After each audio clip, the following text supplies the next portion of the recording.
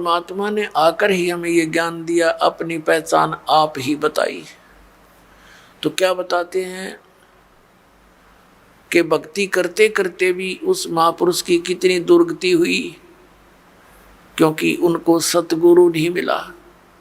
600 वर्ष पहले परमात्मा स्वयं आए थे, 64 लाख शिष्य हुए उनके, और अकेले सतगुरु थे, अकेले नाम देते थे। और पुण्यात्मा उस समय ना कोई मीडिया था, ना कोई पुस्तक का लेखन करके कहीं भेजा जा सकता था। आदरणीय धर्मदास साहिब जी ने कबीर साहब की वाणी लिपिबद्ध करके रख ली थी, लेकिन उसको बार बार इतनी को हाथ से लिखने में तो 10 साल फिर लग जाए उसको। तो ऐसे जैसे आजकल परमात्मा ने दया बख्शी है, अक्षर ज्ञान दिया, पेपर दे दिया, इस पर परमात्मा की महिमा लिखकर हमने आपको भेज दी, पुस्तकें बना बना कर। फिर ये इलेक्ट्रॉनिक सिस्टम परमात्मा ने दिया, सीडी का ये बना के दे दी, चिप चल पड़ी परमात्मा की दी हुई है। ये गॉड गिवन इंस्ट्रूमेंट है, ये मनुष्य के सत्र के बनाए हुए नहीं है, ये भूल जाना आप। ये मनुष्य 4 युगों में यही था, एक रेडू के अंदर और 6 खच्चर जोड़ कर रथ बना के घसीटे आंडा करते, अरीवीसी कार बना ली, हवाई जहाज बना दी, और ये इंटरनेट बनवा दिए। ये परमात्मा के दिए हुए हैं, और इस काल ने इनका दुरुपयोग शुरू करवा दिया। इसमें फिल्म देखे, नाचे कूदे, समाज दूना बिगड़ गया। लेकिन अब सुधरेगा। यहाँ पर कोई भी पदार्थ है, उसके गुण अवगुण दोनों चले, लेकिन हम अवगुणों को त्याग कर गुणों को ग्रहण करेंगे, हमें ज्ञान हो जाएगा। तो कहने का भाव यह कि 64 लाख शेष होना उस समय एक धानक के, जुल्हे के, ये कोई बड़कों का खेल नहीं है, जिसको हम एक शूद्र कहते थे। एक कवि कह के सीमित कर दिया था, क्लोज कर दी थी उनकी फाइल को। अब वह फाइल फिर खुली उस भगवान की। वो परमात्मा है, हमारे पिता हैं।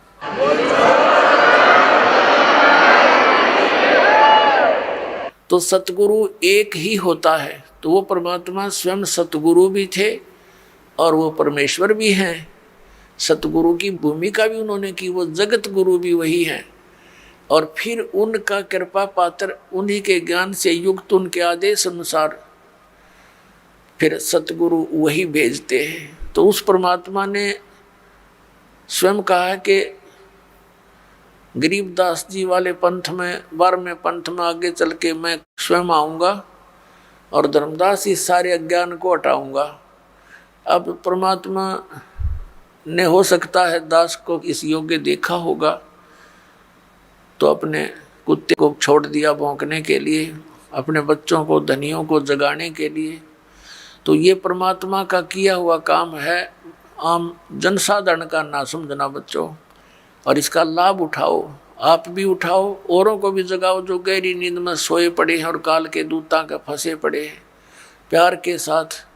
क्योंकि काल ने कहा था कि ऐसे उल्टे रंग में रंग दूंगा, जब तुम्हारा मोक्ष समय आवेगा कलयुग में, उससे पहले सब नकली पंथ चला दूंगा तेरे नाम से, कबीर नाम से और सतलोक सचखंड के नाम से, और उनमें इतना अज्ञान ठोक दूंगा कि तेरा संदेश वाहक जब आएगा तब तक तो वो वकील बन जाएंगे उस अज्ञान के, और कतई नहीं मानेंगे। परमात्मा ने कहा था कि हमें मनाना आता है, उस समय शिक्षित करूंगा। परमात्मा ने कहा था, उस समय बता दिया था धर्मदास को कि अभी तू चुप रहना, इसको जिक्र ना करना।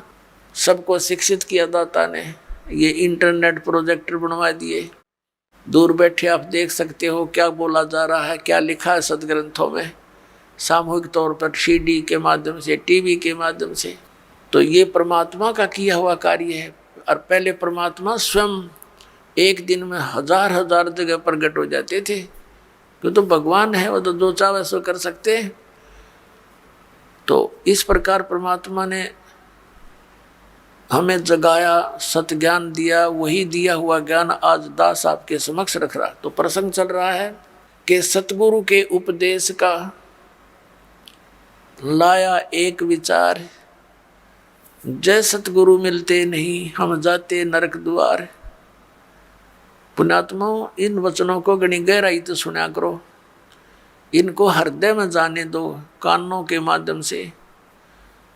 जब तक बच्चा दवाई को अंदर नहीं जाने देगा वो काम के करेगी, होठों पर ही डाल दे, बार थूक देता है, सुनता नहीं है। तो इनको बहुत गहराई से सत्संग के समय तो आप एकाग्रचित हो जाया करो और परमात्मा के इन वचनों पर गहराई से सोचा करो। अब क्या बताया भगवान ने कि सतगुरु के उपदेश का लाया एक विचार, और जय सतगुरु मिलते नहीं हम जाते नरक द्वार। नरक द्वार में दूत सब फिर करते खेचा तान, उनसे कबू ना छूटते फिर फिरते चारों खान। पुण्यात्मा, जब ये भक्तिहीन प्राणी यहाँ से जाता है, यम के दूत इसको पकड़ कर ले जाते हैं, धर्मराज के सामने खड़ा कर दिया जाता है, न्यायाधीश के सामने। वहाँ ये नहीं कह सकता कि मैंने ऐसा नहीं किया, मैंने ऐसा नहीं किया। वहाँ झूठ नहीं चलेगी। वहाँ तो आपकी फिल्म स्टार्ट हो जाएगी, सीडी ऑन हो जाएगी आपके सामने। क्योंकि जो कर्म हम करते हैं, सोचते भी हैं, उसकी भी एक फोटोकॉपी भगवान के दरबार में जाती है और वहाँ जाते ही उसको ऑन कर दिया जाता है। अब जैसे आप जी भक्तों को, भाई बहनों को कहते हो, रिश्तेदारों को या कोई मित्र पड़ोस पड़ोस में मिल जाते हैं, उनको भी समझाते हो भक्ति कर लो, परमात्मा का नाम ले लो। तो अब तो उनके पास समय नहीं है क्योंकि उनको ज्ञान नहीं है। फिर वो जब वहाँ दरबार में खड़ा होगा तो ये एक पली लगाता है भगवान के आगे, एक बहाना खोजता है कि परमात्मा मुझे पता नहीं चला, हमने तो इतना ज्ञान हुआ था, अपना काम करो, बच्चों का पालन पोषण करो। तो उसमें परमात्मा वो सीडी चला देगा। कोई भक्त उससे कह रहा होगा कि चलो चलेंगे सत्संग में, और वो बकवाद कर रहा होगा, मना कर रहा होगा, सौ बहाने मिला रहा होगा। फिर परमात्मा कहेगा, देख इस भक्त ने, इस बहन ने, इस बेटी ने तेरे से क्या कहा था, और तू झूठ बोलता है कि मेरे को पता नहीं चला। तब ये क्या कहता है भगवान, गलती होगी क्षमा कर दो। परमात्मा कहता है भाई गलती मानने का कोई फायदा को नहीं है, अब तो नरक में जाना ही पड़ेगा। और फिर कभी तुझे मानव शरीर मिले तो फिर ट्राई करना। तो पुण्यात्माओं, ये धर्मराज के दरबार में जो प्राणी जाता है उसके बाद इसको नरक में डाला जाता है। और वहाँ तो लाखों की संख्या में, हजारों की संख्या में पशुओं की तरह चारों तरफ से यम के दूत, जो समझ लो हाथों में भाले, क्योंकि वो शरीर ऐसा है उसमें पीड़ा घनी होती है और उसमें मरता नहीं प्राणी, पीड़ा ज़्यादा होती है। तो उसमें सीधे भाले ठोके, आँखों में मारेंगे न सीधे, और ऐसे जैसा भी हाथ में आओ उतना लठ मारते हैं और उनको ज़बरदस्ती नरक में ठोक देते हैं, धक्के मार मार के। वो उल्टे बाजे उनके लठ मारे और जैसे पशु को फाटक में रोकते हैं ऐसा ठोक दिया जाता है। तो यहाँ क्या बताते पुण्यात्मा, हम भक्ति से घने दूर हो गए, अध्यात्म ज्ञान आसपास भी नहीं रहा, हमें डर नहीं रहा इन बातों का। और इन बातों को हम ऊट पटांग से मानते हैं, इन अज्ञानियों के ज्ञानों को सुन सुन कर अज्ञान को, कि नरक कहीं नहीं है, यही स्वर्ग है, यही नरक है। अरे इतने बड़े बड़े ग्रंथ लिखे हैं, महापुरुषों ने आँखों देख कर बताए हैं, उनको हम अपनी सोच से झूठा कैसे कर देंगे? करेंगे तो करे रहेंगे, लेकिन सच्चाई हमारे कहने से मिट नहीं सकती। तो परमात्मा बताते हैं कि नरक द्वार में जब नरक में ठोके जाओगे, दूत सब और करते खेचा ताण, दे डंडा दे लठें अंदर ठोक देते हैं। नरक द्वार में दूत सब करते खेचा ताण और उनसे कभी ना छूटता फिर फिरता चारों खान। वहाँ नरक में दुख उठा करके फिर इन चार खानियों में 84 लाख प्रकार के इन पशु पक्षियों और सब प्राणियों के जो शरीरों में कष्ट उठाना पड़ता है। अब परमात्मा बताते हैं, नरक द्वार में दूत सब करते खेचा ताण, उनसे कबू ना छूटता फिर फिरता चारों खान। चार खानी में भरमता और कबू ना लगता पार, सो फेरा सब मिट गया मेरे सतगुरु के उपकार। अब सतगुरु के उपकार यानी गरीबदास जी ने कहा है कि जा सतगुरु की मैं बलिहारी, जो जमन मरण मिटाही, जो जन्म और मृत्यु के इस दीर्घ रोग का नाश कर दे, कहते मैं उस सतगुरु पर बलिहारी हूं। तो जन्म मरण का रोग का नाश कबीर परमेश्वर ही कर सकता है। और कबीर परमेश्वर जिस भी अपनी आत्मा को, दास को यहाँ भेजता है अपना सामर्थ्य देकर, तो यह उसके द्वारा परमात्मा ही करवाता है। अन्य ना तो किसी भगवान की भक्ति से ये जन्म मरण का रोग नाश हो सकता। यदि हम श्री राम, श्री कृष्ण अर्थात विष्णु जी, इनकी पूजा करके चाहें कि हमारा जन्म मरण का रोग कटे, ये नाशवान इनकी जन्म मृत्यु स्वयं होती है। ऐसे ही शंकर जी की जन्म मृत्यु होती है, ब्रह्मा जी की जन्म मृत्यु होती है। इनका पिता है सरपुरुष, जिसको काल रूपी ब्रह्म भी कहते हैं। जो गीता बोल रहा है श्री कृष्ण जी में प्रवेश करके, वो स्वयं स्वीकारता है। गीता जी अध्याय नंबर 4 के श्लोक नंबर 5 और 9 में, अध्याय नंबर 2 के श्लोक नंबर 12 में, गीता जी अध्याय नंबर 10 के श्लोक नंबर 2 में ये कहता, अर्जुन तेरे मेरे बहुत जन्म हो चुके हैं, तू नहीं जानता मैं जानता हूं। तो इससे सिद्ध है कि इस ब्रह्म की पूजा करने वाला भी जन्म मरण के रोग से नहीं बच सकता। और ब्रह्म की साधना ब्रह्म पुजारी गुरु से ही लेनी पड़ती है। उस गुरु की शरण में जाने से भी जन्म मृत्यु का रोग नहीं कट सकता। और जब तक जन्म मृत्यु का रोग नहीं कटेगा, शांति नहीं हो सकती। गीता ज्ञानदाता 8वें अध्याय के 3 श्लोक में कहता कि अर्जुन वो परम अक्षर ब्रह्म है। अर्जुन ने 8वें अध्याय के प्रथम मंत्र में पूछा कि हे भगवान, आपने जो 7वें अध्याय के गीता जी के 29वें श्लोक में जिस तत्ब्रह्म के विषय में कहा है कि उसको जान करके प्राणी फिर केवल यहाँ से जन्म मृत्यु के रोग से छूटने का ही प्रयत्न करता है। जरा माने बुढ़ापा, वृद्धावस्था के कष्ट और मरण माने मृत्यु से ही बचने का, छुटकारे की कोशिश करता है। वही संसार की किसी वस्तु में इच्छा नहीं रखता। तो 8वें अध्याय के प्रथम श्लोक में पूछा कि किम तत्ब्रह्म। गीता ज्ञानदाता ने 8वें अध्याय के 3 श्लोक में कहा वो परम अक्षर ब्रह्म है। फिर 8वें अध्याय के 5 और 7 श्लोक में तो अपने बारे में कह रहा है गीता ज्ञानदाता कि अर्जुन तो मुझ में मन वाला हो, मेरे पर आश्रित हो जा, मेरी भक्ति कर और युद्ध भी कर तो मुझे ही प्राप्त होगा। तो इसने अपनी भक्ति करने वाले को कहा है लेकिन मुझे प्राप्त होगा। शांति नहीं हो सकती, युद्ध तो करना पड़ेगा। 8वें अध्याय के 8, 9, 10 में कहा है कि उस परम अक्षर ब्रह्म की साधना करने वाला प्राणी उसके पास चला जाता है। 15वें अध्याय के 1 से लेकर 4 में कहा कि तत्वदर्शी संत की पहचान बताई है। और उसके पश्चात वो तत्वदर्शी संत मिल जावे, सतगुरु मिल जावे, उसके पश्चात परमेश्वर के उस परम पद की खोज करनी चाहिए, जहाँ जाने के बाद साधक फिर लौटकर कभी संसार में नहीं आते। 18वें अध्याय के 62 और 66वें श्लोक में कहा कि अर्जुन तू सर्वभाव से उस परमेश्वर की शरण में जा, उस परम अक्षर ब्रह्म की शरण में जा, उसकी कृपा से ही तो परम शांति को और सनातन परम धाम को प्राप्त होगा। और ऐसे ही 18वें अध्याय के 66वें श्लोक में कहा कि सर्वधर्मान प्रीतज माम, मेरे सतर की जो साधना है। जैसे 8वें अध्याय के 13वें श्लोक में गीता ज्ञानदाता कहता है कि ओम इति एकाक्षरम ब्रह्म विवहारण माम अनुसमरण ये प्रियाति तजन देहम सयाति परमाम गतिम। मुझ ब्रह्म का एक ओम मंत्र है और ओम से होने वाली जो परम गति है उसको वही प्राप्त कर सकता है जो अंतिम श्वास तक ओम का ही जाप करता हुआ शरीर त्याग कर जाता है।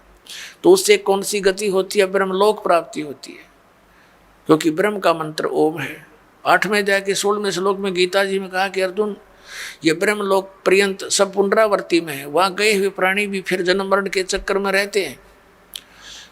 और उस परम अक्षर ब्रह्म की भक्ति के लिए 17वें अध्याय के 23वें श्लोक में गीता जी में कहा कि ओम तत्सत इति निर्देश ब्रह्मण त्रिवेद समर्थ है, ब्राह्मणा तेन वेदा च यगा विहिता पुरा।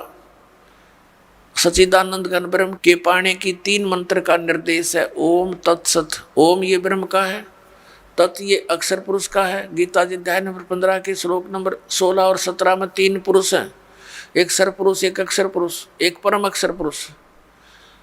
जो परम अक्षर पुरुष है वो सबसे श्रेष्ठ है और वही वास्तव में अविनाशी है। अन्य सर पुरुष और अक्षर पुरुष को नाशवान कहा कि उनके लोकों में जितने प्राणी हैं वो भी नाशवान है, तो उनकी भक्ति से तो मोक्ष हो ही नहीं सकता।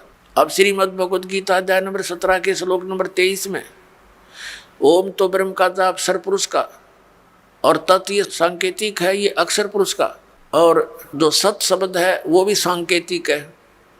इसको सार नाम भी कहते हैं, इसको आदि नाम भी कहते हैं।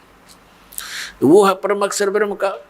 तो इन तीनों मंत्रों की मजदूरी से, इन तीनों मंत्रों की साधना से हम भगवान प्राप्त कर सकते हैं, उस मोक्ष सफल प्राप्त कर सकते हैं, वो सुख प्राप्त कर सकते हैं जिसके विषय में वर्णन किया गया है। अब जैसे हम हैंडपंप लगाते हैं तो हैंडपंप में हम बोकी मारते हैं, तो ये बोकी और हैंडपंप ये हमारा उपास्य नहीं है, लेकिन इस तरीके के बिना वो उपास्य वस्तु नहीं मिल सकती है, वांछित वस्तु नहीं मिल सकती, जल नहीं मिल सकता। तो ये पूजा नहीं कर रहे हम तो वो साधन अपनाया है जिससे वो जल मिल जा। तो ये जो मंत्र हैं ओमकार, ये दूसरे दो सांकेतिक हैं, ये कोई हम पूजा नहीं कर रहे, हम उस अपनी वांछित वस्तु के पाने के लिए साधन अपनाए हैं, ये साधनाएं हैं। तो ये साधना है उस परम अक्षर ब्रह्म के पाने की। जैसे सतनाम का 2 अक्षर का मंत्र है, एक ओम एक तत्। जैसे आदरणीय नानक साहिब जी की जन्म साखी के अंदर समुद्र की साखी में ये प्रमाण है उन 2 अक्षर के मंत्र का। दास अभी बोल के नहीं बताएगा। तो इन दोनों मंत्रों का जाप किया जाता श्वास उश्वास से। जैसे हमने जल निकालना, जल, तो उसके लिए हैंडपंप लगाएंगे तो पहले बोकी मारेंगे, मिट्टी बाहर फेंकेंगे, बोकी मारेंगे, फिर बाहर निकालेंगे और पाइप नीचे छोड़ देंगे। यूँ काम है समझो सतनाम का। 2 अक्षर की बोकी चलेगी श्वास उश्वास से। अब ये बोकी ने अपना काम कर दिया, जल तक पहुंचा दिया, लेकिन बाहर जल नहीं प्राप्त हुआ। उसके लिए एक और आइटम लगाना पड़ा है, हैंडपंप, ऊपर मशीन बोलते हैं उसको, और फिर उसकी पूजा करनी है, उसको भी ऐसे हिलाना है, प्रैक्टिस करनी है, जब वो जल निकलता है। तो ऐसे ही केवल सतनाम प्राप्ति से भी मोक्ष नहीं, सार नाम नहीं मिलाता है, वो जल मिले नहीं। सार नाम समझो हैंडपंप का ऊपर का वो मशीन है। तो ये मशीन उसी समय लगी हुई सक्सेस होगी जब वो पाइप पूरी जल तक पहुंच चुकी होगी। बीच में अगर कोई कहे हैंडपंप लगा दे, मशीन फिट कर दे, मिस्त्री कभी नहीं करेगा। तो ये दास आपको ये सब व्यवस्था बता रहा है, ये आपने करनी है, मजदूरी करनी है इसकी। और जब सार नाम का समय आएगा, आपकी पाइप पहुंच जाएगी जल तक के आसपास, तो फिर हैंडपंप यानी सार नाम आपको दिया जाएगा।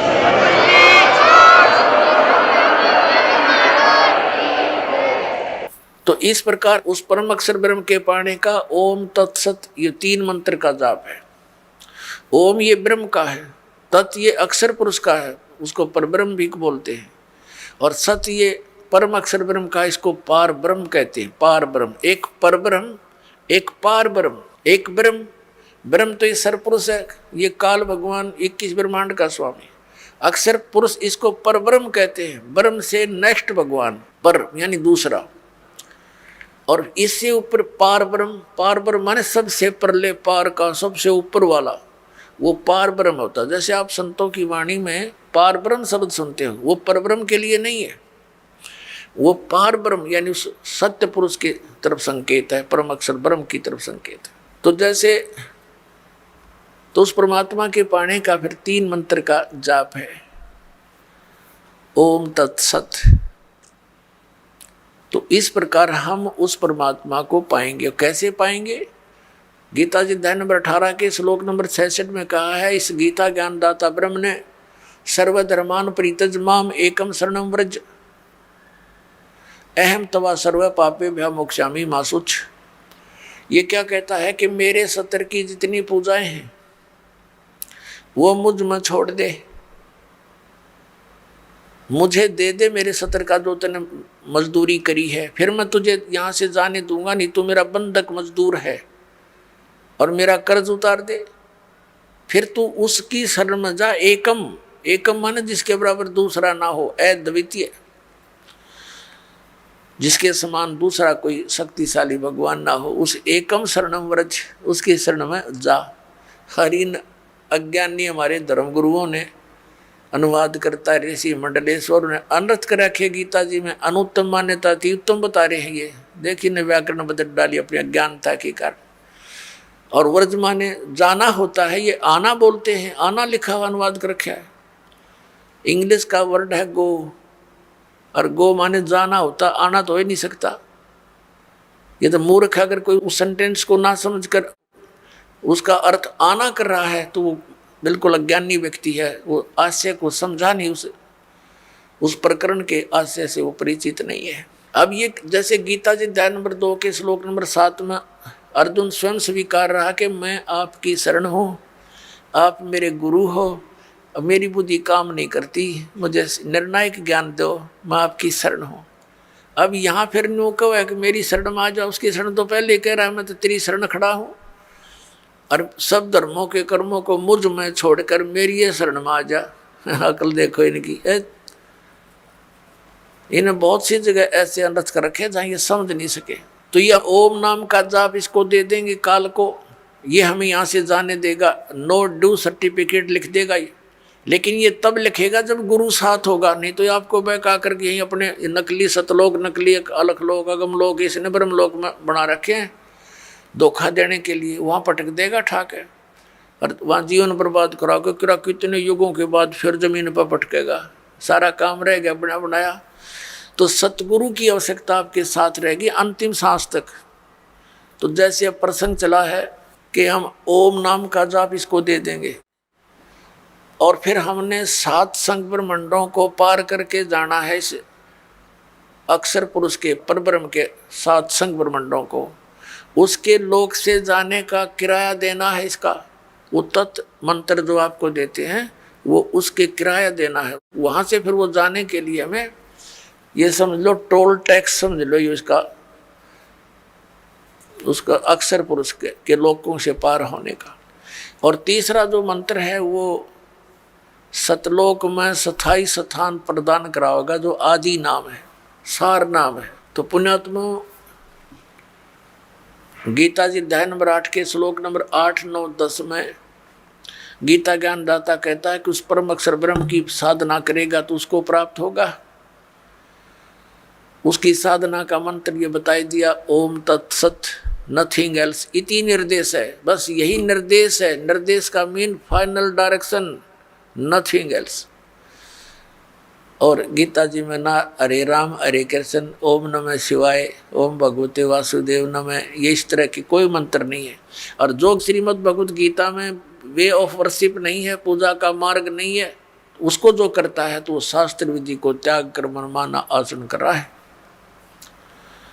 अब प्रसंग आता पुण्यात्माओं, जो शास्त्र विधि को त्याग कर मनमाना आचरण करते हैं उनको न तो सुख हो न उनकी गति हो, बताओ, और न ही उनकी कोई कार्य सिद्धि हो। तो फिर इसीलिए तो हम भक्ति करते हैं, और वो तीनों व्यर्थ, तो उस साधना के करने का कोई लाभ नहीं।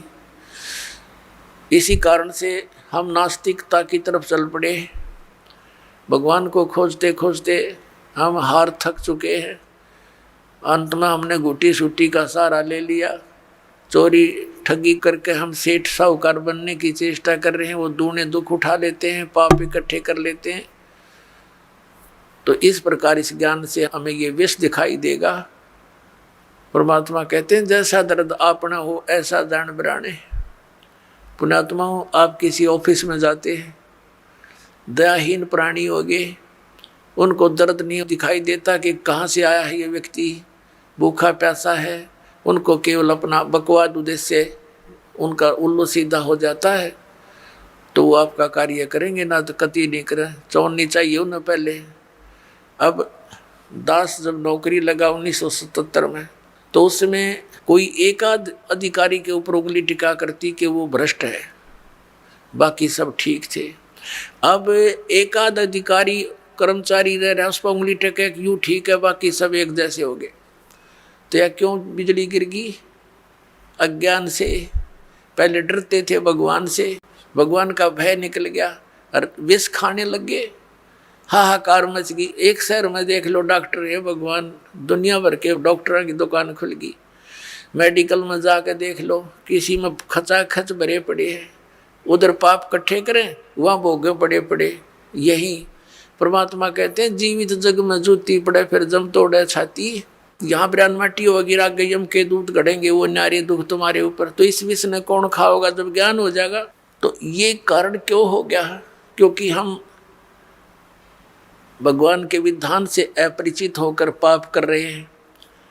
अब छोटे छोटे बच्चों को दास देखता है, बड़ी खुशी होती है। वो कहता जी मैंने ऐसे बेड़ी उठाकर दे दी गलती से, और रोता है मेरा नाम खंड हो गया। तो पुण्यात्मा ये समाज तैयार होगा क्या? ये बच्चे बुराई करेंगे? आगे चल के ये ऐसा स्वच्छ समाज तैयार हो जाएगा, इनको देख देख और आदमी भी दूसरे भी इनका अनुसरण करेंगे। छोटे छोटे बालक ऐसे नेक नीति से रह रहे हैं। एक छोटा सा बच्चा, उसको 100 का नोट मिल गया, गली में पड़ा था। आते उसने अपनी माँ को दिया कि वहाँ पड़ा था।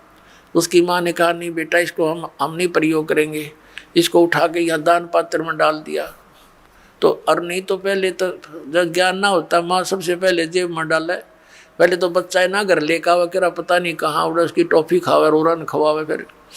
तो इस प्रकार परमात्मा के इस ज्ञान से ऐसे रंगे जाओगे आप, सपने में भी नहीं गलती कर सकते। और माया की आवश्यकता होगी तो भगवान दूर नहीं, ये सत्कर मान लेना। भगवान को किस लिए खोजते थे? हमें किस चीज़ की डिमांड हो, आगे धर देगा ठाक, आप कह सत्कर मान लेना। भगवान इसी को कहते हैं। ये कोई बालकों का खेल नहीं है।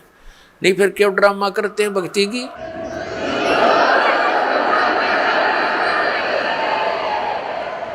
ये वो समृद्ध शक्ति है, एक वचन में सब कुछ कर सकता है आपके लिए, लेकिन उसके कराने योग्य आपने बनना पड़ेगा। कहते हैं सतगुरु के दरबार में कमी काहे की ना, और अनसा मौज नहीं पा रहा तेरी चूक चाकरी में। तो इस सच्चे दरबार में किसी चीज़ की कमी नहीं है। और आपके ऊपर मेहर नहीं हो रही है तो आपकी कोई चाकरी में, आपकी सेवा और सुरक्षा में कोई त्रुटि है, उसको ठीक कर, तुरंत बिजली आ जाएगी। करंट आने के लिए, बिजली पावर आने के लिए हमने उस योग्य बनना पड़ता है, गुड कंडक्टर। तो बिजली आई सारे काम होंगे फिर तो, जो उसके गुण हैं। तो उस बिजली को आने के योग्य बनाओ, और इसी तरीके से बनोगे आप, इस ज्ञान से, इस भक्ति से समर्पित हो जाओगे।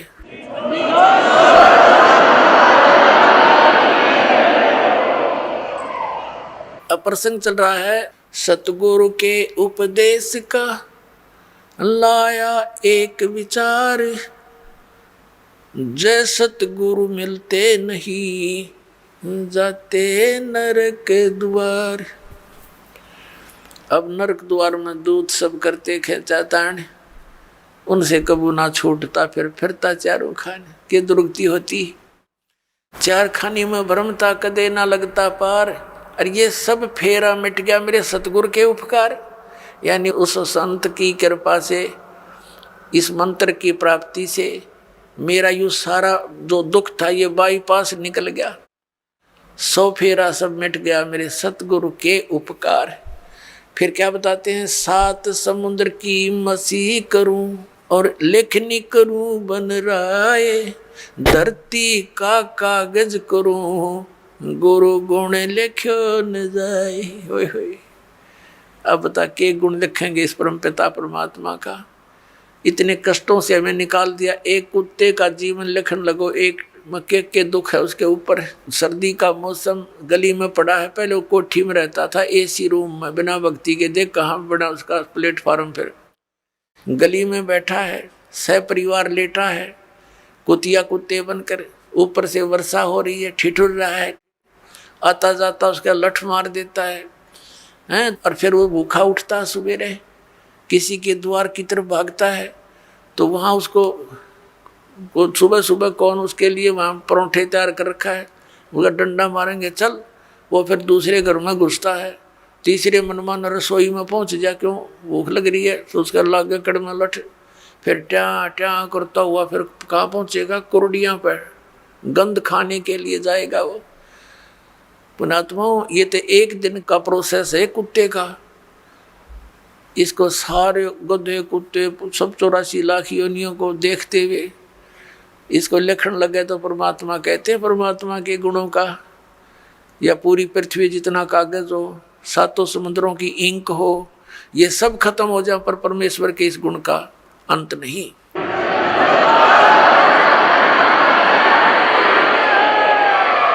अब पुण्यात्मा परमात्मा बताते हैं, गुरु गोविंद कर जानियो रहियो शब्द समाए, मिले जब दंडवत बंदगी, नहीं तो पल पल ध्यान लगावे।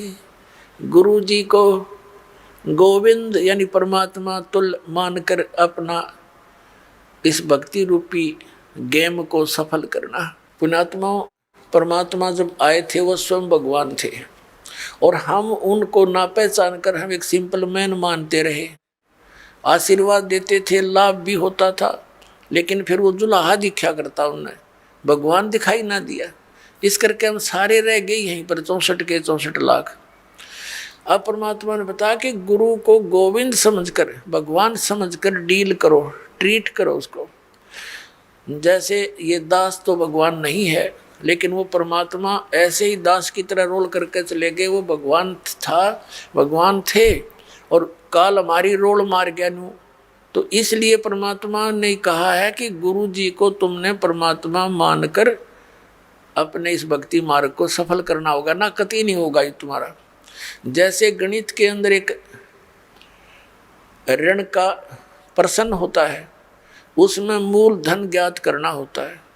उसके लिए मानना पड़ता है, मान लो मूल धन 100 रुपये। वो 100 रुपये मूल धन नहीं होता, मूल धन तो अरबों खरबों में होता है, करोड़ों में होता है। वो मूल धन अरबों करोड़ों वाला प्राप्त करने के लिए हमने 100 रुपये मूल धन मानना पड़ेगा। ये मजबूरी समझ लो, ये ज़रूरी समझो। इसके बिना वो मिल नहीं सकता। हमने जिस मूल धन की हम खोज कर रहे हैं और वो नहीं मिला तो हम फेल हो गए, नंबर 0 हमारे। तो गुरु जी को आप जी ने ये समझना पड़ेगा कि भगवान ही बैठे। जैसे हम परमात्मा के पास जाएंगे तो हम कैसे डील करेंगे उनको, जैसा इस दास को करोगे ये आपका स्वभाव बनेगा, यही भाव बना रहेगा। तो इस भाव और स्वभाव को हमने यही चेंज करके जाना पड़ेगा उसके दरबार में। और वहाँ जाकर फिर मन में 2 सटपट रहेगी तो फिर पटक देंगे उल्टे ठाके। वहाँ तो छालनी में गछाने जाओगे पुण्यात्मा, उड़ब कोई किसी की गवाही की जरूरत को नहीं। तो इसलिए हमने परमात्मा बताते हैं, गुरु गोविंद कर जानियो रहियो शब्द समाए, यानी जो मंत्र दे दिया उसका जाप करते रहना। और मिले गुरु जी जब दंडवत बंदगी प्रणाम करे, और बाद में नहीं तो पल पल ध्यान लगावे, यानी उनकी याद रखें इन गुणों को। हे भगवान पुण्यात्मा, अमिताभ बालक को, छोटे से बच्चे को 2 साल का, कोई 3 वर्ष का, यानी जिस दिन नाम मिला उसी दिन से आपकी ये भक्ति मार्ग में आयु काउंट होती है। कोई 4 वर्ष का, कोई 5 वर्ष का, कोई 10 वर्ष का, तो बच्चे ही गिने जाते हैं। जब आप थोड़े से मैच्योर हो जाओगे तो फिर देखना आपकी सती थी, आप रोया करोगे बैठ कर, भगवान जुल्म हो गया था, मनुष्य जीवन इतना अनमोल था, कौड़ी बदले जा था। और फिर इस दास की आपको उपयोगिता का पता चलेगा। तो इसलिए परमात्मा कहते हैं फिर वो भूल नहीं पड़ती।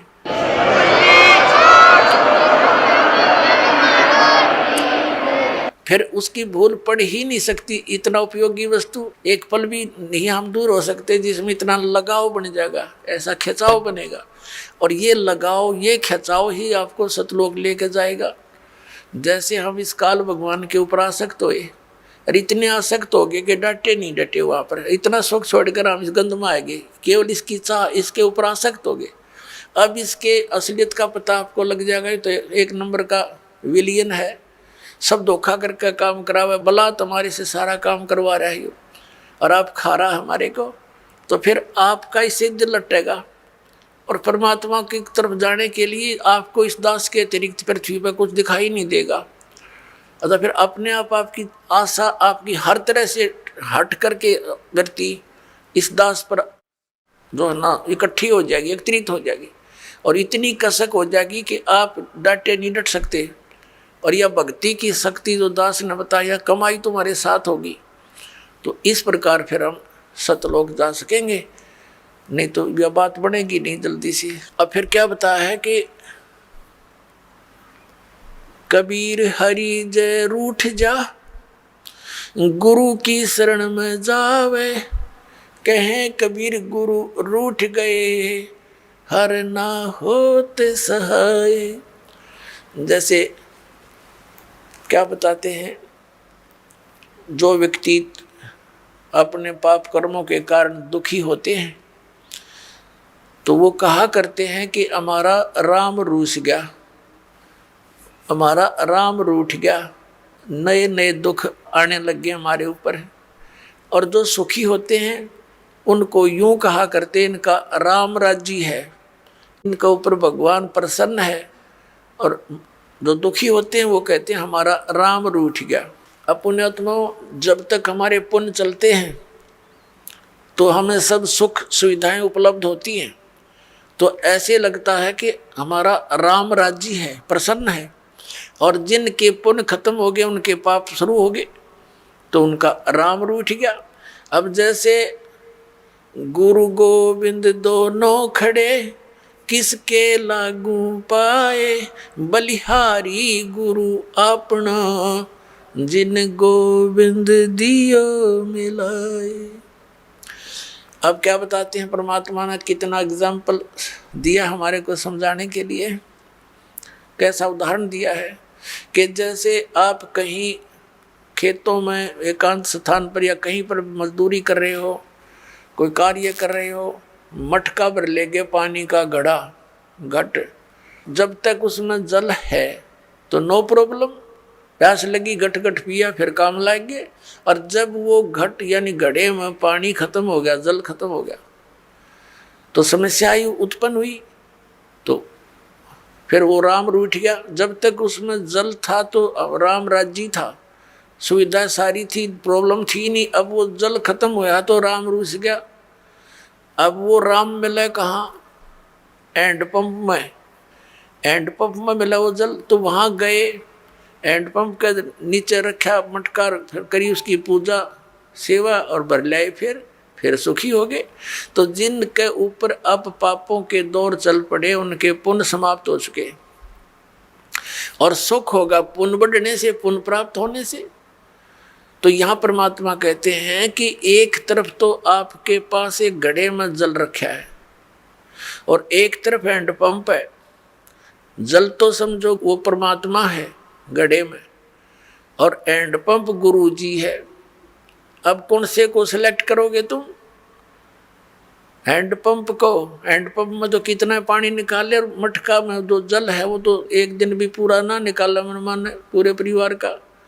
तो यहाँ परमात्मा कहते हैं गुरु गोविंद दोनों खड़े, और किसके लागू पाए, बलिहारी गुरु अपना, जिन गोविंद दिया मिलाए।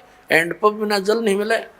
कबीर हरि जय रूठ जा, गुरु की शरण में जावे, कहें कबीर गुरु रूठ गए तो हरि ना होत सहाय। जैसे हैंडपंप खराब कर दिया आपने, उसकी केयर टेक करी नहीं, तो फिर जल कैसे मिलेगा? अब गुरु रूठ गया तो भगवान साथ नहीं देगा बिल्कुल भी। परमात्मा कहते मम संत मुझे जान मेरा ही स्वरूपम, मेरे संत को मुझे ही जान लेना तब मैं तेरे निकट आऊंगा। नहीं तो परमात्मा ये सोचते हैं जैसा व्यवहार आप इस दास के साथ करते हो और जो सोच इस दास के प्रति रखते हो, तो परमात्मा निरीक्षण करते हैं, जांच करते हैं कि यदि इस दास के स्थान पर वो मालिक विराजमान होते तो आप जी ऐसा ही व्यवहार करते, क्योंकि परमात्मा एक धारणक रूप में रहा करते, ऐसी क्रिया करते थे जैसे आप जी करते हो। और वो शूद्र वर्ण में जैसे महर्षि रामानंद पंडित जी बड़े विद्वान माने जाते थे, और परमात्मा उनको इस काल के जाल से निकालना चाहते थे। 5 वर्ष के बालक रूप में परमात्मा अपनी लीला में शरीर दिखा रहे थे। रामानंद जी का एक शिष्य था, उस शिष्य से एक प्रश्न किया था कि तुम विष्णु जी को सर्वेश्वर बताते हो, इनका तो जन्म मृत्यु होता है, पुराणों में ऐसा लिखा है। जिस बात से क्षुब्ध होकर के उस रामानंद जी के शिष्य ने परमेश्वर कबीर जी से कहा था, क्या तूने दीक्षा ले रखी है, तूने पुराणों का ज्ञान कहाँ से हुआ? परमात्मा ने कहा कबीर जी ने कि मैंने दीक्षा ले रखी है, गुरु बना रखा है, जो तेरा गुरु जी है वही मेरा गुरु जी है।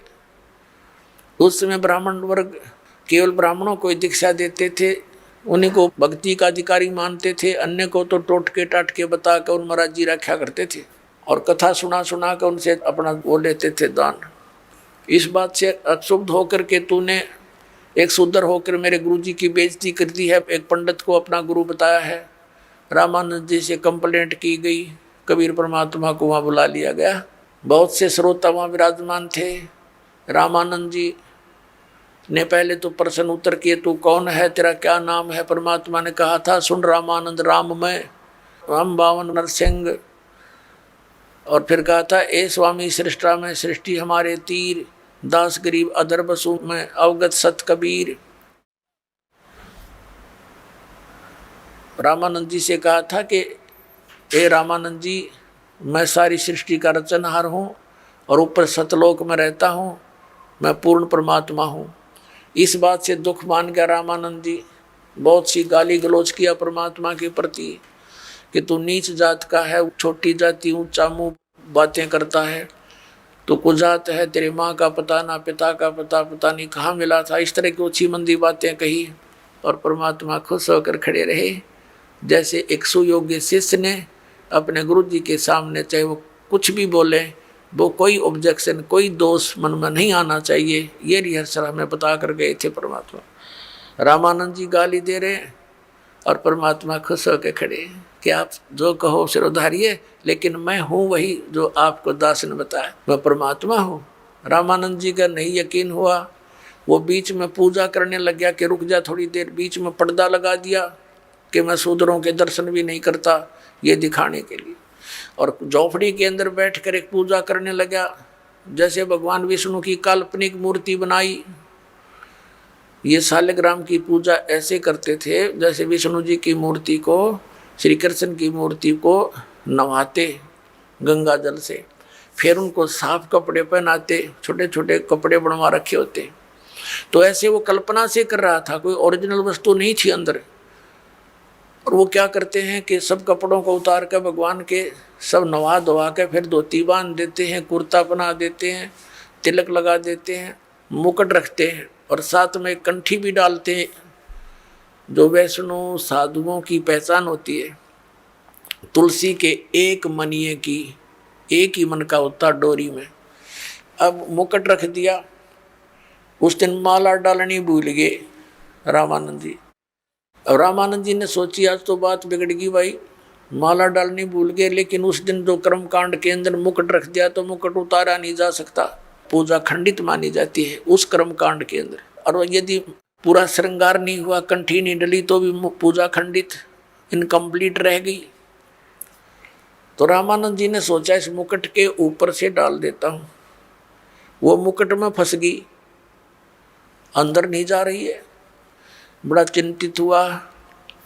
पुण्यात्मा भगत ही होते हैं, ठीक है, बस डले ढोरे हैं, लेकिन भक्ति के लक्षण उनमें विद्यमान रहते हैं। बहुत दुखी हो गया रामानंद, हे भगवान आज मेरे से क्या गलती बन गई, इतने जीवन में 104 वर्ष का हो गया, 16 वर्ष की आयु में लगा था आपके चरणों में, आज तक ऐसी भूल नहीं बनी थी। हे परमात्मा कोई गलती हो तो माफ़ करना।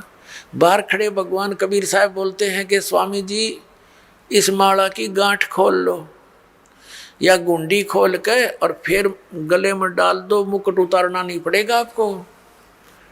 अपना आत्माओं, एक छोटा सा बालक और शूद्र वर्ण में जुलाहे जाति में, और जिन जुलाहों को शूद्रों को वो ब्राह्मण लोग छूने भी नहीं देते थे, अपने शरीर से दूर 10 कदम दूर रखते थे। अब इसको ब्राह्मण कहते हैं। ब्राह्मण सो जो ब्रह्म पहचान है, जो भगवान को पहचान ले वो ब्राह्मण है, ना तो सूखे डले डोहे प्राणी।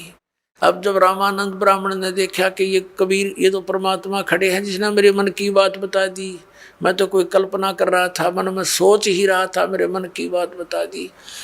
अब वो पर्दा दिया फेंक, और सामने हजारों की संख्या में ब्राह्मण दर्शक बैठे कि आज कबीर की पिटाई होगी और रामानंद जी कहेगा कि मैंने इसको दीक्षा नहीं दी, ये झूठ बोलता है। रामानंद जी ने देखा बाहर के पूरा ब्राह्मण वर्ग समाज खड़ा है और उधर एक भगवान खड़ा है सुंदर रूप में, तो कहते परमात्मा कहते हैं वक्त पड़े सौदा करे और बाढ़ में जाओ युग थोथा ज्ञान। उसी समय उस बालक को ऐसे अपने सीने से लगा लिया परमात्मा को रामानंद जी ने। बोलो सतगुरुदेव की।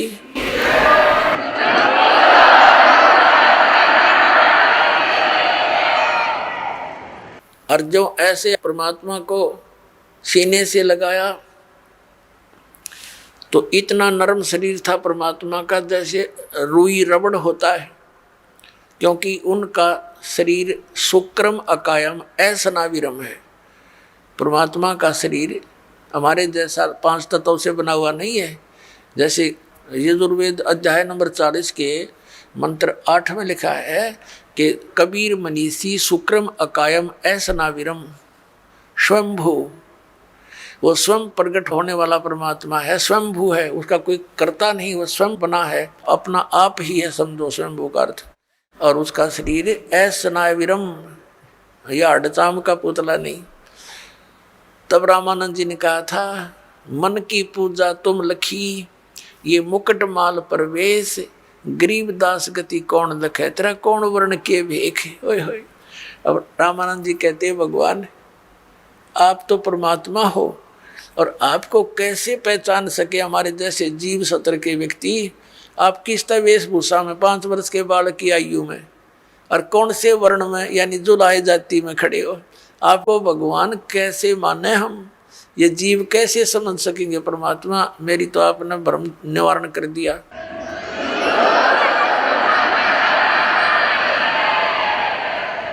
मन की पूजा तुम लखी और मुकुट माल परवेश। गरीबदास जी ने अपनी अमृतवाणी में आंखों देखा ये सब चित्रण, कहा कि रामानंद जी कहने लगे गरीबदास गति कौन लखे, तेरा कौन वर्ण के भेख है, किस वेशभूषा में और किस जाति में आप खड़े हो भगवान, आपको कैसे पहचाने। फिर परमात्मा ने कहा स्वामी जी भक्ति करो, आप जो साधना कर रहे हो ये मोक्ष मार्ग नहीं है, इससे जन्म मरण का रोग नहीं कटेगा। प्रसंग चला था जा सतगुरु की मैं बलिहारी, जो जामन मरण मिटाई। जा सतगुरु की मैं बलिहारी, जो जामन मरण मिटावे, जन्म मरण मिटा दे। तो रामानंद जी ने कहा बच्चा मैंने तो आज तक जिससे भी ज्ञान सुना है स्वर्ग से ऊपर कोई स्थान नहीं, और श्री कृष्ण और विष्णु और शंकर से ऊपर मैंने भगवान नहीं सुना। अब इनकी पूजा छोड़कर मैं और की पूजा कैसे करूं, कैसे विश्वास करूं। बालक तेरे पे मैंने 104 वर्ष का वर्द हो गया। अब आप जो बताने जा रहे हो कि परमात्मा और है, क्योंकि परमेश्वर कबीर जी ने सारा कुछ बताया, आपकी गीता जी में लिखा है 18वें अध्याय के 62वें श्लोक में, 18वें अध्याय के 66वें श्लोक में आपका गीता ज्ञानदाता कहता है कि तू सर्वधर्मान परित्यज मामेकम शरणम व्रज, तो सर्वभाव से उस परमेश्वर की शरण में जा और उसी के कृपा से तू परम शांति को प्राप्त हो। अब उनको कंठस्थ याद थे, ब्राह्मण थे, वो तो सारी याद थी, पूरी गीता कंठस्थ याद थी, सब श्लोक याद थे। तो रामानंद जी ने कहा कि भगवान हम तो व्रज का अर्थ उल्टा ही लगाए बैठे थे। तो परमात्मा ने कहा अब उल्टा कर लो, क्योंकि गाड़ी को उल्टा डाल ले तो वह चले नहीं, गाड़ी को सीधा ही खड़ा करना पड़ेगा। अब परमात्मा ने कहा कि उसकी शरण में जाने के लिए जो साधना है वो 17वें अध्याय के 23वें श्लोक में लिखा। ये तत् और सत मेरे पास है, ये मंत्र कबीर साहब ने कहा था रामानंद जी को। ओम तो सार्वजनिक है ही। तब रामानंद जी ने कहा कि देख बच्चा मैंने सारी उम्र खो दी इसी भक्ति में, अब कहीं मैं घर का रहूँ ना घाट का, 104 वर्ष का बूढ़ा हो गया। आप साधना बताओ, कहीं प्रमाण दिखाई देता नहीं। ठीक है ये गीता जी का मंत्र तो मैंने याद है ओम तत्सत, लेकिन ये सब कुछ देख कर भी विश्वास नहीं हो पा रहा मुझे। तो परमात्मा कहने लगे कि हमारी बात पर जो विश्वास करेगा तो उसको हम प्रमाण भी दिखा देंगे। रामानंद जी ने कहा, देखो मैं 16 साल की उम्र से लगा था और आज तक मैं यही साधना करता हूँ। मैंने पूरा शरीर अपना साध रखा है, समाधिस्थ भी होता हूँ। परमात्मा ने कहा, आप समाधिस्थ हो कि कहाँ तक पहुँचते हो समाधि में? अब वो समाधिस्थ हो गया, अभ्यास था डेली का, योग युक्त होने का, एकदम समाधिस्थ हो गए। और समाधि क्या है? सपना सा होया करता है, सपना सा। एक ऐसी स्थिति आ जाती है कि वो भूल जाता है मैं कहाँ बैठा हूँ और ऊपर के जो साजबाज दिखाई देना शुरू कर देता है। तो परमात्मा उनके साथ साथ जा रहे हैं। रामानंद जी पहुँच गए, आगे त्रिकुटी पर पहुँच जाता है प्राणी। ये ओम नाम के जाप का साधक त्रिकुटी पर जाता है। वैसे भी जो अन्य साधना करते हैं वो भी जो धर्मी पुरुष होते हैं वो सीधे त्रिकुटी पर ही पहुँचते हैं।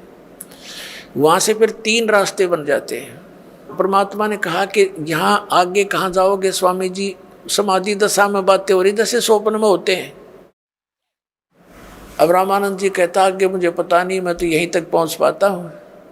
तो परमात्मा ने कहा कि ये जो लेफ्ट साइड का रास्ता है ना, ये जाता पहले धर्मराज के दरबार में। ये पूरी न सोच ले सेक्रेटरिएट है ये पूरा।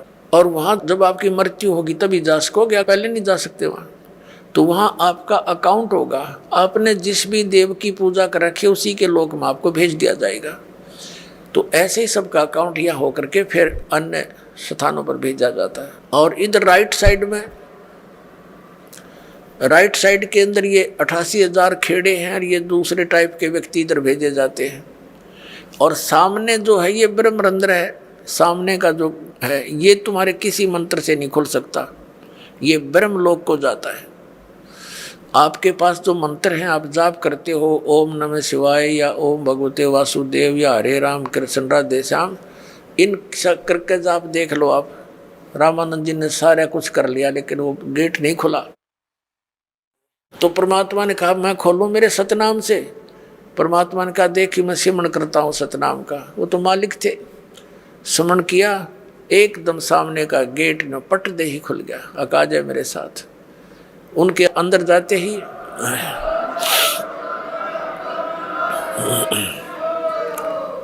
परमात्मा के अंदर जाते ही ऑटोमेटिक फिर बंद हो गया। ऊपर ले गए ब्रह्मलोक में, ब्रह्म दिखाया। ये अपने पुत्र का रूप धारण करके कभी ब्रह्मा रूप धारण कर लेता है, कभी विष्णु कभी शिव जी।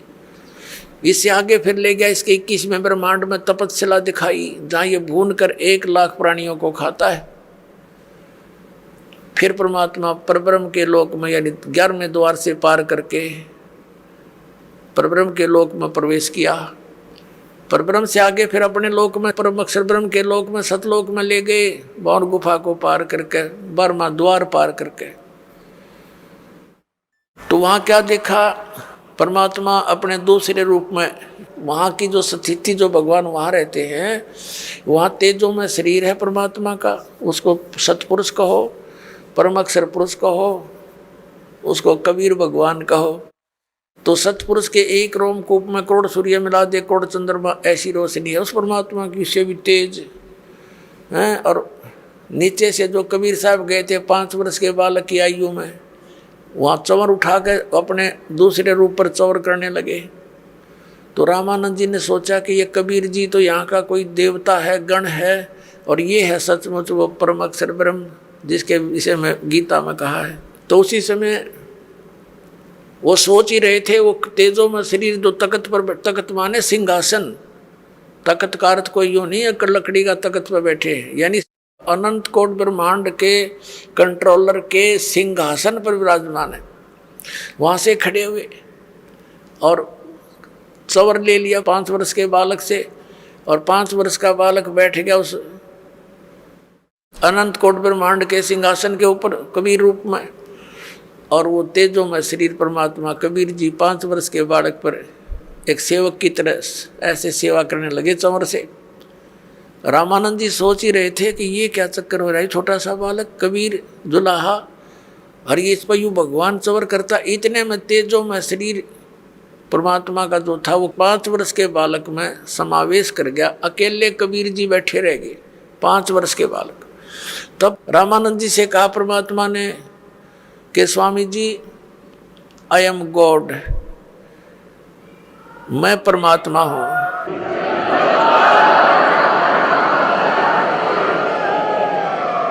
और तुम मेरे बच्चे हो, वहां काल के जाल में हो, देख झांक कर उस नरक में जहां तुम रह रहे हो। रामानंद जी ने नीचे देखा तो तेरे की यहाँ तो ऐसे दिखे जैसे कीड़े मकोड़े चल रहे होते इस नरक में। इसका सारे जो यहाँ के राष्ट्रपति और प्रधानमंत्री चाहे सब कुछ हो, वो सतलोक की तुलना में ऐसा गंध दिखाई देता है। परमात्मा कहते हैं इसकी 100 योजन जाती है या दुनिया की गंध 100 योजन तक, 1 योजन में 12 किलोमीटर, कहते 1200 किलोमीटर तक इसकी बदबू जाती है ऊपर इस गंदे लोग की, जहाँ तुम ठाठ मान रहे हो स्वर्ग सारे मिला करके सारे इतने खराब हैं यहाँ के। तब रामानंद जी से कहा कि जाओ तुम वापस यहाँ आना पड़ेगा। हो गया विश्वास आपको? अके भगवान हमारी ताएं खुल गई। जब वापस आए शरीर में, सामने फिर बैठे परमात्मा, वही 5 वर्ष के बालक रूप में जागोष्ठी हो रही थी उनकी।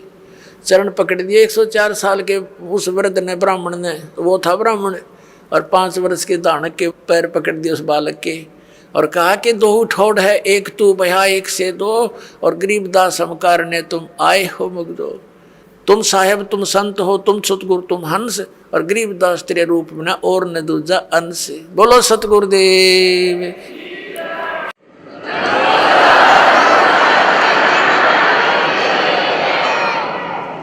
तो इस प्रकार आपका जन्म मरण मिटेगा और परमात्मा प्राप्त होगा। सत सहे।